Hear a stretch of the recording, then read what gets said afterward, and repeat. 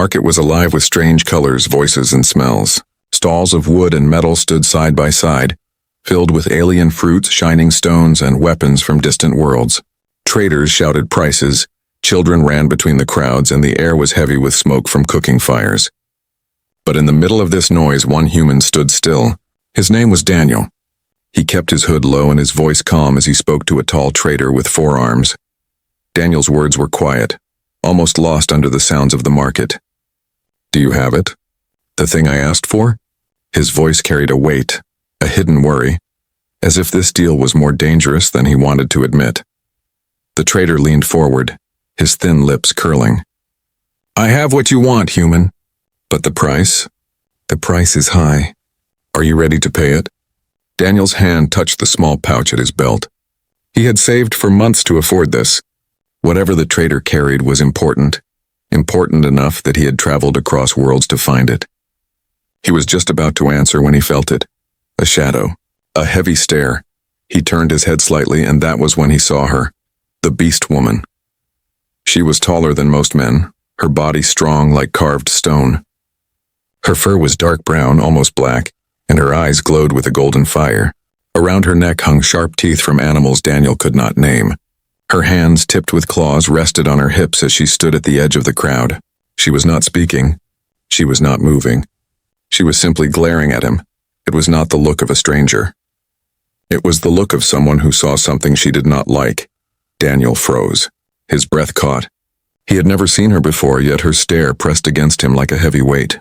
Around them, the noise of the market seemed to fade. People noticed her glare, and slowly the chatter fell into silence. One by one, heads turned. Even the children stopped running. The Beastwoman's eyes did not leave him. Her chest rose and fell with slow, steady breaths, and the crowd around her stepped back. She did not need to speak.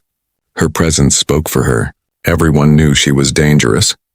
Everyone knew she could strike at any moment. Daniel swallowed hard. His heart beat fast, but he tried to look calm. He turned back to the trader and whispered, "Do you know her?" The trader's 4 hands trembled as he lowered his voice. "Do not speak too loudly. That is no common warrior. That is Koresh, daughter of the Beast clans. She does not watch anyone without reason." Daniel's skin went cold. He had heard stories of the Beast clans, tribes of warriors feared across the galaxy. They followed ancient rules, fought in savage wars, and answered to no one but their leaders. If this woman was one of them, then why was she watching him? He tried to keep his focus on the trade, but it was impossible. Every time he moved, her eyes followed. Every time he breathed, he felt her gaze cut deeper.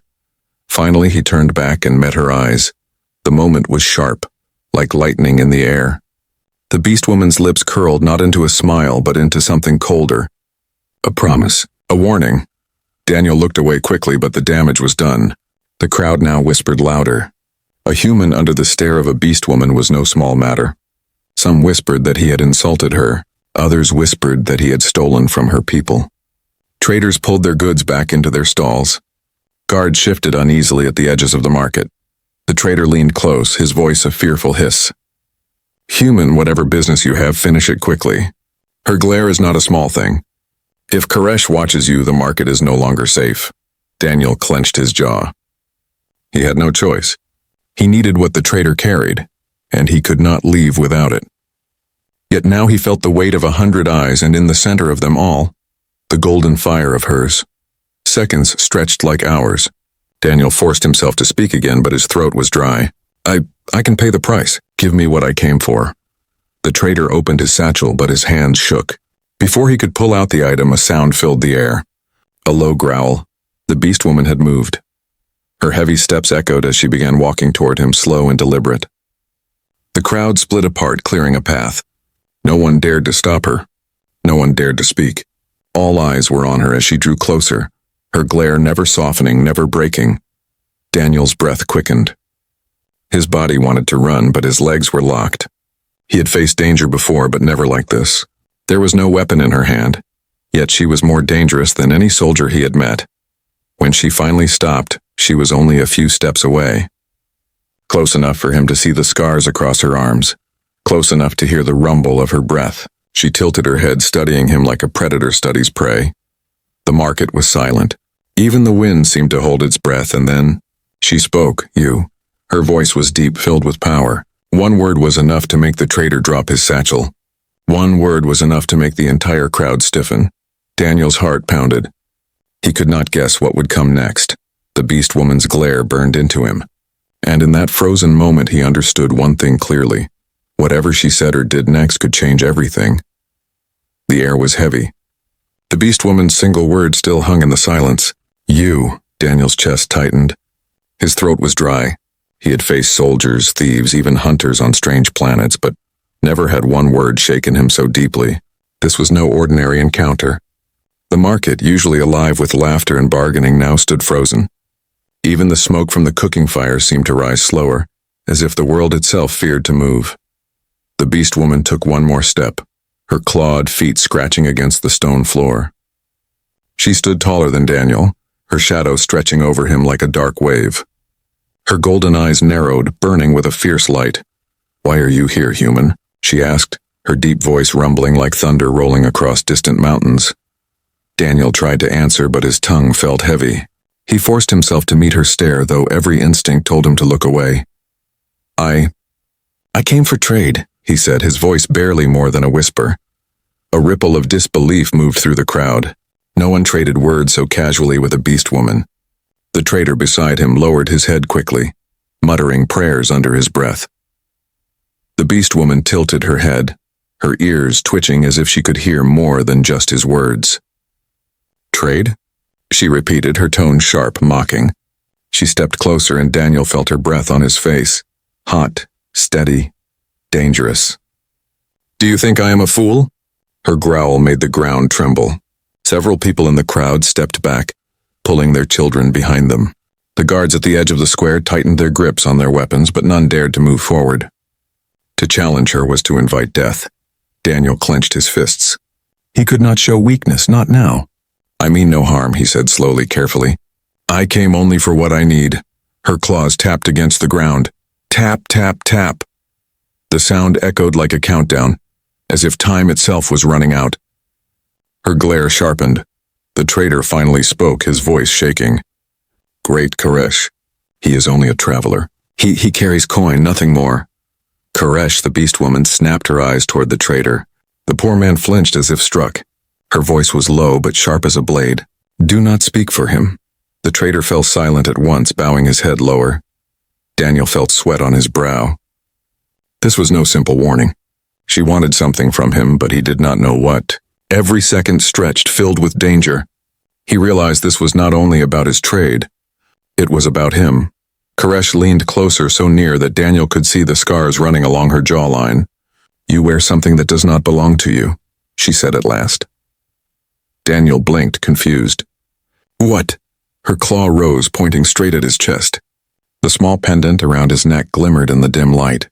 A simple piece of metal, worn with age, marked with strange lines he had never understood. He had carried it for years, ever since he found it among his father's belongings. The Beastwoman's golden eyes burned brighter. "That mark, that is of my clan." A shocked murmur ran through the market. People gasped, whispering to one another. The crowd shifted, half expecting blood to spill right there. Daniel's heart raced. He looked down at the pendant.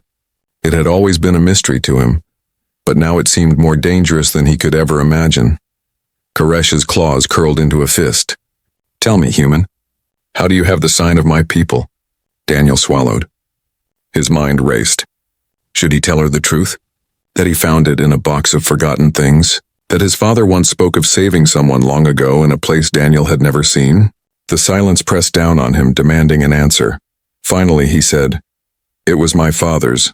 I don't know how he got it." The Beastwoman's glare grew colder.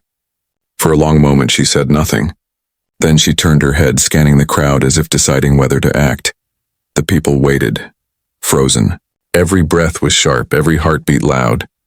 At last she spoke again, her words slow and heavy. "If that is true, then you carry the weight of a promise made in blood." The crowd gasped louder now, and even the guards whispered among themselves. A blood promise. It was a sacred bond, older than kingdoms, older than trade. To break it was to invite war. Daniel stood still, struggling to breathe. A promise? His father had never spoken of such a thing. What had he been part of? What had he left behind for his son? Koresh's voice grew sharper. If you carry that mark, then you are bound to my people, whether you wish it or not. The words cut deeper than any blade. Daniel realized the danger had grown far beyond a simple glare. He was now tied to something ancient, something powerful, something he did not yet understand. The Beastwoman stepped back, her eyes never leaving his. Remember this, human. If you speak lies, the truth will find you, and when it does, no world will hide you. Her warning sank into him like fire. He could feel the eyes of the crowd, the whispers spreading. His journey, his trade, everything had changed in one moment. As Koresh turned her back, the silence of the market broke into uneasy noise. Some people ran. Others argued in hushed voices. But everyone knew the same truth. This human's fate was now chained to the Beastwoman's clan. Daniel's hands shook. His mind was a storm of questions. He had come for trade, but instead he had walked into a trap of history and blood, and he knew. The warning was only the beginning. The crowd had begun to move again, but the market was not the same. Whispers flew like birds, bouncing from one trader to another. Every voice carried the same words. The human, the pendant, the Beastwoman. Daniel stood in the middle of it, still frozen, his heart pounding from Koresh's warning. He could feel every eye on him, judging him, measuring him, waiting to see what would happen next. Koresh had turned as if to leave, but she did not. She stood tall, her broad shoulders rising and falling slowly. Her claws flexed at her sides. Her golden eyes glared back at him once more, sharp as blades. Then she spoke again, her voice echoing across the square. You speak of your father. You wear his token. If you truly carry the blood promise. She paused, her teeth glinting in the light. Then prove it. The crowd gasped. The word prove rolled through them like thunder. Daniel stiffened. Prove it? He asked, his voice tight. Koresh stepped closer. Any coward can wear a mark. Any thief can claim a story. But the truth is revealed in strength. If you are bound to my people, you must face me. Now. Her words cut through the air, bold and final. She was not asking. She was declaring. Daniel's stomach turned cold. Face her, here? In front of everyone? He glanced at the guards, at the traders, hoping someone would intervene. But no one moved. No one would dare stand between a Beastwoman and her challenge. The trader with 4 arms leaned in and whispered quickly, his face pale. You cannot refuse. If you turn away, she will kill you where you stand. If you fight, perhaps the ancestors will spare you. Daniel clenched his jaw. He had no weapon, no armor. Only his hands, his mind, and the pendant around his neck. He had fought before, yes, but against men, not against something like her. She was taller, stronger, faster. Facing her was like facing a storm. Yet if he ran, the market would never let him live. The crowd had already chosen sides. He was trapped. Koresh lifted her chin, her voice growing louder. You will not leave this place until you show me who you are. You carry the mark of my clan. You claim the legacy of your father. Prove your worth. The people began to cheer, though it was not a cheerful sound. It was wild, hungry, eager for blood. Some cried for the Beastwoman to strike. Others whispered that the human had courage. But none believed he could survive. Daniel raised his hands slowly, trying to steady his breath. I don't want to fight you, he said. His words were honest, but they sounded weak against her strength.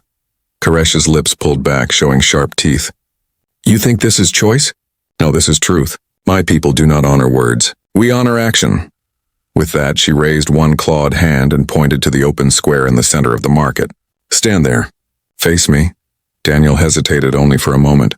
His legs felt heavy, but he forced them to move. Step by step, he walked into the open space. The crowd rushed to form a circle around him, pressing close but leaving enough room for what was about to happen. Koresh entered the circle opposite him, her every step shaking the ground. She stood tall, her golden eyes locked on him like a predator watching prey. You will strike me, she commanded. Daniel blinked. What? You will strike me, she repeated. Show me your strength, or show me your weakness. Either way, the truth will be known. Daniel looked at his hands. He had fought for survival before, but never like this. To strike her felt insane. But to refuse, that was worse. The crowd began to chant slow and heavy. Prove it, prove it, prove it. Daniel clenched his fists. His heart hammered in his chest. He stepped forward, sweat dripping down his face. Slowly, carefully, he raised his hand and swung at her shoulder. The blow landed, but it was like striking stone. Koresh did not move. She did not even blink. Her golden eyes only burned brighter. Again, she said, her voice low and dangerous. Daniel struck again, harder this time, but she barely shifted. The crowd laughed now, a cruel sound. Koresh leaned down, her face close to his. "You fight like a child." Rage flickered in Daniel's chest. He was not strong like her, but he had something else. He had survived worse odds before, not with strength, but with stubbornness. He stepped back, tightening his fists, and prepared for another strike. But before he could swing, Koresh suddenly moved. Her claw shot forward faster than he could see and stopped just short of his throat. The sharp tip hovered a breath away from his skin. The crowd went silent. Koresh's voice was sharp as thunder. "Do you still stand? Then prove it again. Show me that your blood is not hollow." Daniel's chest rose and fell with ragged breaths. He could not run. He could not beg. His only path was forward. The circle of onlookers leaned in, hungry for what came next. The challenge had begun, and there was no escape. The claw hovered just beneath Daniel's throat, close enough for him to feel the heat of her skin, close enough that one small move would end him. The crowd held its breath, waiting. Every eye was fixed on the human and the Beastwoman, caught in a fragile moment that could shatter into violence at any second. Koresh's golden eyes blazed as she studied him. For a long time she said nothing. Then slowly she lowered her hand. Her claws withdrew, though the tension in the air did not fade. "You do not fall," she said, her voice low, but clear enough for all to hear. "Most men tremble, most beg. You stand." Daniel's breath came heavy, but he stayed on his feet. His heart still thundered, yet he forced himself to meet her gaze. "I don't want to fight you," he said again. "I only came here for trade." The words seemed foolish in such a moment, but Koresh tilted her head, curious. "And yet you wear that," she growled, pointing once more to the pendant on his chest.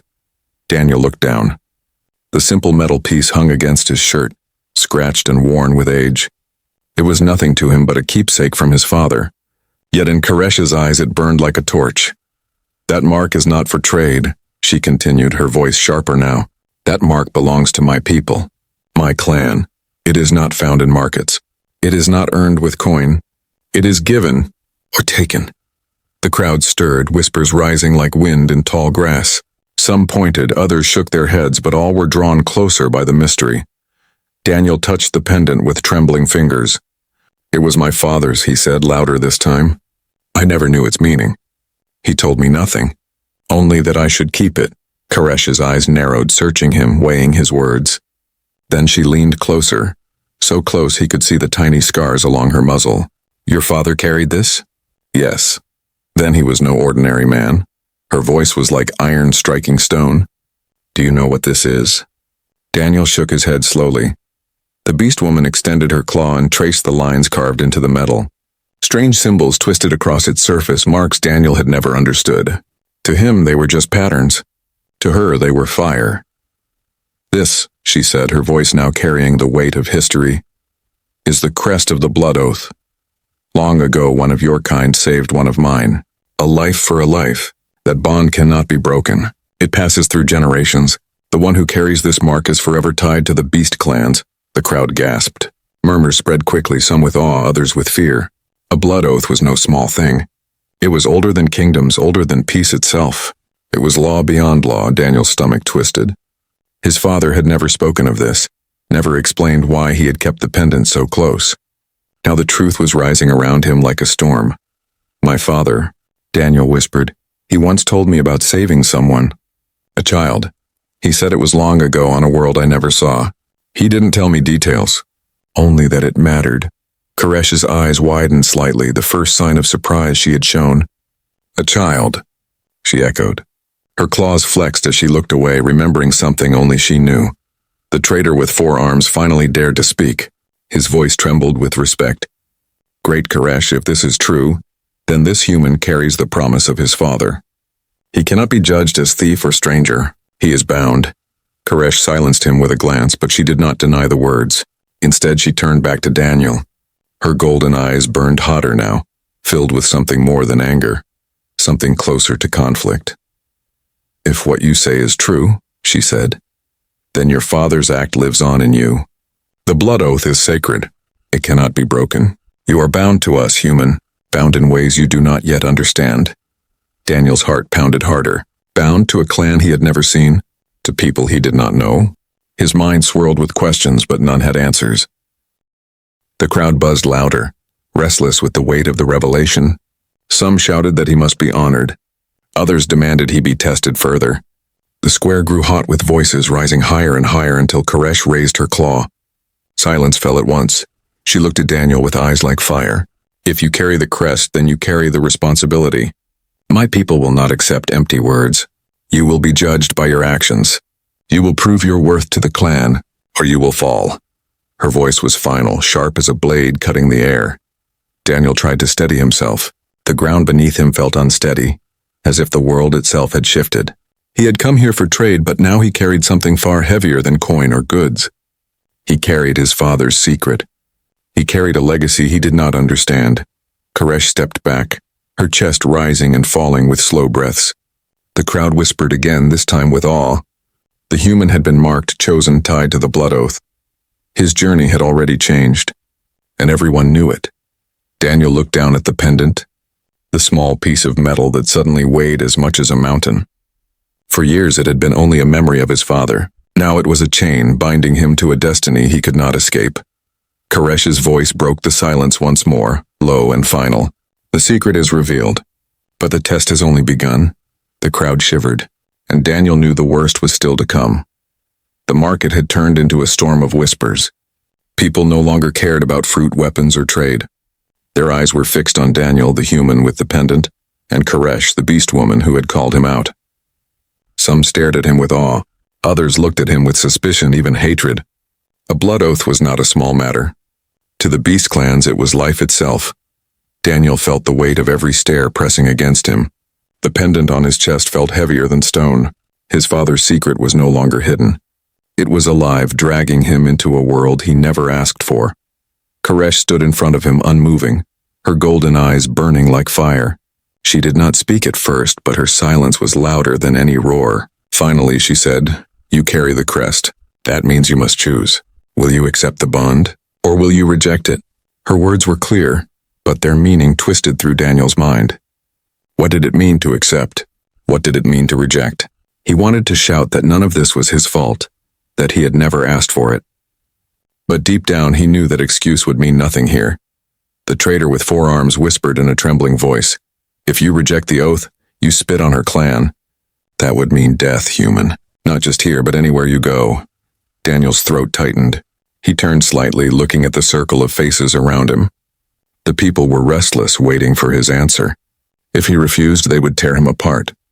If he agreed, he would be chained to something he didn't even understand. He looked back at Koresh. Her face was hard, but there was no mockery in her eyes. Only truth. She would not accept a lie. She would not allow him to walk away. Daniel began, his voice shaking. "I never asked for this." The words made the crowd hiss with anger. Some shouted curses, others shook their heads. One man cried out, "Then he is no heir, no bond." Koresh raised her claw and the crowd silenced again. She kept her eyes locked on Daniel. "You never asked," she said slowly. "But the blood oath is not a gift you choose. It is a chain that binds until death. If your father saved one of mine, then you are marked forever. Deny it and you deny him. Accept it and you accept his legacy." Her words cut deep. Daniel's chest ached as memories of his father rose in his mind. His quiet strength, his strange silences, the way he carried secrets that never left his lips. Perhaps this was one of them. Perhaps this was the truth hidden behind those tired eyes. Daniel clenched his fists. He wanted to run. He wanted to scream. But instead he forced himself to stand straight. "And if I accept?" he asked. Koresh's eyes narrowed, studying him. "Then you will come before the clan. You will prove your worth through trial. If you survive, you will be one of us. If you fail, you will die with honor." The words struck him like a hammer. To live, he must pass their test. To fail, he must die. There was no other path. The crowd roared with excitement now. Some cheered for his courage, others mocked him already, certain he would not last. The market had turned into an arena, and Daniel was at its center. The traitor leaned in once more, whispering, "Choose wisely, human." The clans do not forgive weakness. Daniel's heart pounded.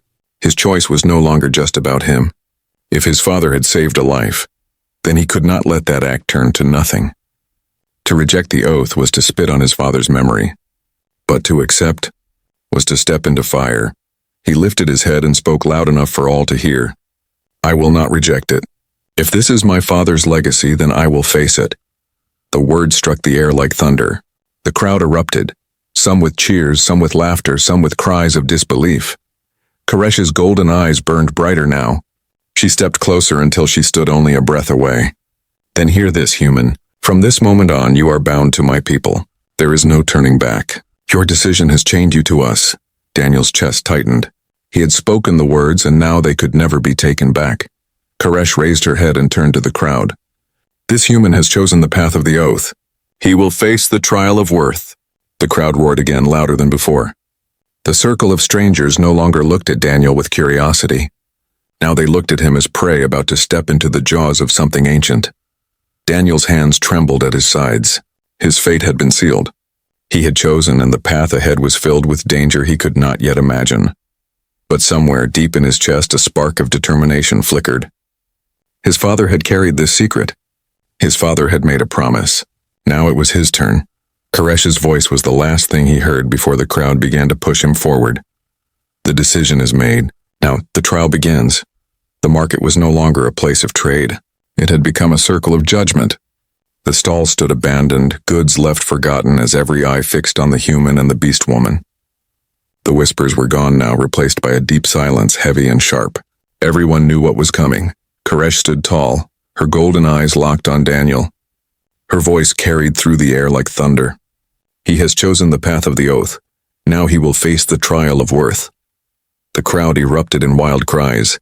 Some cheered, eager for blood. Others shouted blessings, as if praying he might survive. The ground trembled beneath the weight of their voices. Daniel stood in the center, his chest tight, his hands cold. He had made his choice, but now the reality of it pressed against him like a crushing stone. Koresh raised her claw, and the crowd fell silent again. The trial is simple, she said, her tone sharp.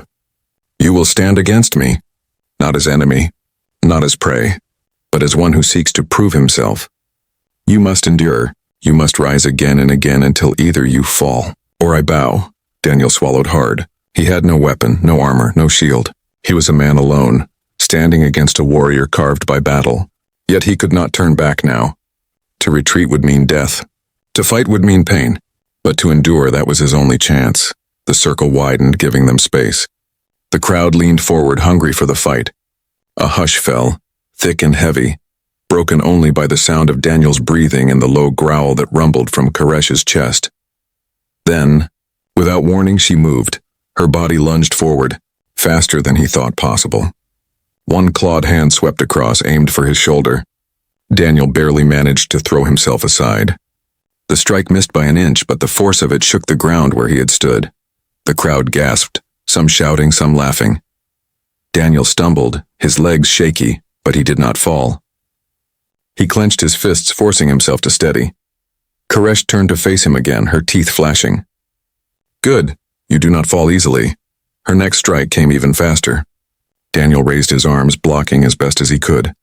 The blow rattled his bones, sending pain shooting through him. He staggered backward, his breath ragged, but he stayed on his feet. The crowd roared louder now, voices blending into a storm. Endure, endure, they cried. Koresh circled him, her golden eyes sharp, watching his every move. You are not strong, she growled. But strength is not everything. Show me what you have, human. Show me why the oath chose you. Daniel gritted his teeth. He knew he could not outmatch her strength. But he remembered something his father once told him. When you cannot win with power, win with will. Stand when others would fall. She lunged again, claws flashing. Daniel dodged left, then right, each movement clumsy but desperate. He felt the wind of her strikes, sharp as blades. Pain lanced through his arm as one claw grazed his skin, leaving a thin red line. He hissed but forced himself to keep moving. The crowd cheered wildly now, some shouting his name, others shouting for his death. The air was alive with chaos, but in the center of it, Daniel focused only on surviving. Koresh struck again, harder, driving him to the ground. Dust rose around him as his body slammed into the stone. His chest burned, his arms ached, but he pushed himself back up. The crowd screamed in surprise. Few expected him to rise. Koresh's golden eyes widened slightly, then narrowed with new fire. Again, she commanded. She struck. He fell, he rose. Again and again, the pattern repeated. Each time, Daniel's body grew weaker, but each time he forced himself up. Blood stained his shirt, sweat dripped down his face, his breath came in broken gasps. But still he stood. The crowd had changed now. At first they laughed, then they cheered. Now they were silent, watching with awe as the human refused to stay down. Koresh's breathing grew heavier. Her strike slowed, not from weakness but from thought. She circled him once more, her golden eyes burning. "Why do you rise?" she asked, her voice low. Daniel swayed on his feet, his vision blurry, but he answered with what little strength he had. "Because my father did not fall, neither will I." The words carried through the silence, striking the crowd like lightning. Murmurs spread, voices rising again, not with laughter this time, but with respect. Koresh stopped.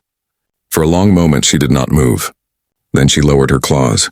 Her chest rose and fell with deep breaths as she studied him. "You endure," she said at last. Her voice was no longer sharp with anger, but heavy with recognition. "Pain does not break you. Fear does not own you. Perhaps the oath was not wasted."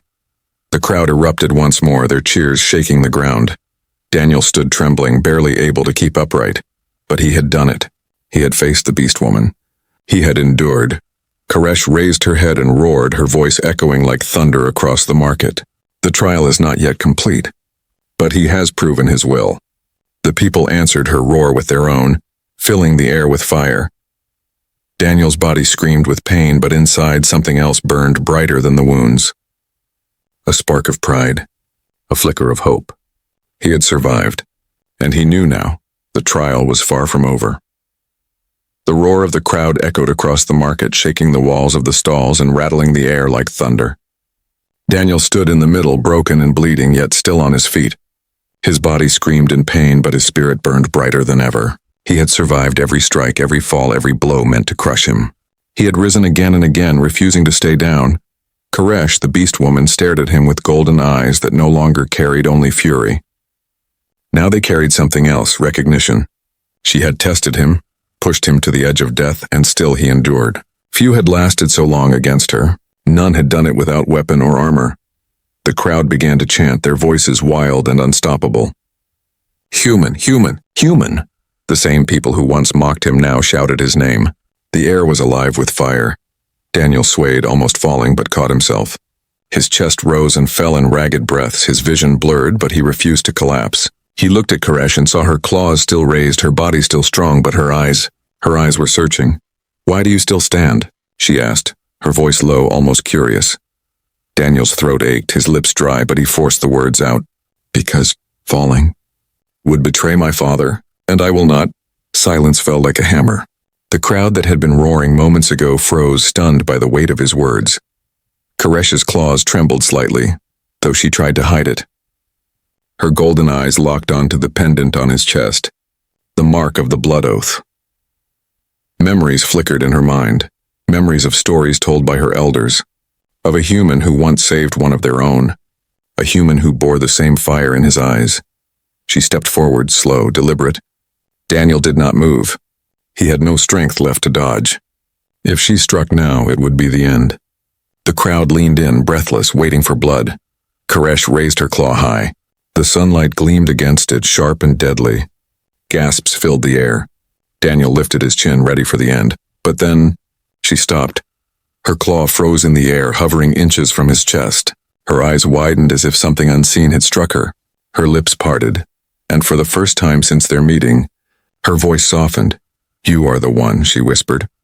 The crowd fell silent at once, the words carrying through them like fire through dry grass. Confusion spread across their faces. What did she mean? Daniel blinked, barely standing. "The one," he repeated, his voice weak. Koresh lowered her claw slowly, almost with reverence. Her chest rose and fell as she struggled to speak the truth. "Long ago, when your father saved one of ours, the elders spoke of a prophecy. They said his bloodline would return to us, that one day the heir of his courage would stand before the clan unarmed and endure the trial. That heir would not be destroyed, but chosen." The crowd gasped louder now, their voices rising into chaos. Some shouted in disbelief, others in awe, but none could deny what they had seen. The human had endured. He had stood where others would have fallen. Daniel's heart pounded. His father had never told him this. He had never spoken of prophecy, never spoken of destiny, and yet here he stood, bloodied and broken, staring into the eyes of the Beastwoman who now looked at him not as enemy, but as something more. Koresh stepped back, lifting her head high. Then she roared louder than thunder, her voice shaking the ground. The human is bound. The Blood Oath lives! He is chosen. The crowd erupted, their voices wild, unstoppable. Some cheered with joy, others roared in anger, but all knew history had been made. A human, once stranger, once suspect, had now been declared part of the Beast clan. Daniel could barely breathe, but inside, he felt a spark he could not explain. He had come for trade. He had carried only a pendant and his father's shadow. Now he carried something far greater, an entire clan's fate. Koresh turned back to him, her golden eyes softer now, but still filled with fire. From this moment on, your life is not your own. It belongs to the clan, and what you do next will shape us all. Daniel swayed, nearly falling, but he caught himself again. He met her gaze, too tired to speak, yet his silence carried its own answer. He would not turn away. The market around them was alive with shouts, but for Daniel, time slowed. The pendant on his chest glimmered faintly in the light, as if it too knew the truth had finally come. The Beastwoman had glared at him once with fury. Now her eyes held something far more dangerous, expectation. And as the crowd stood frozen in the moment, Daniel realized his journey had only just begun.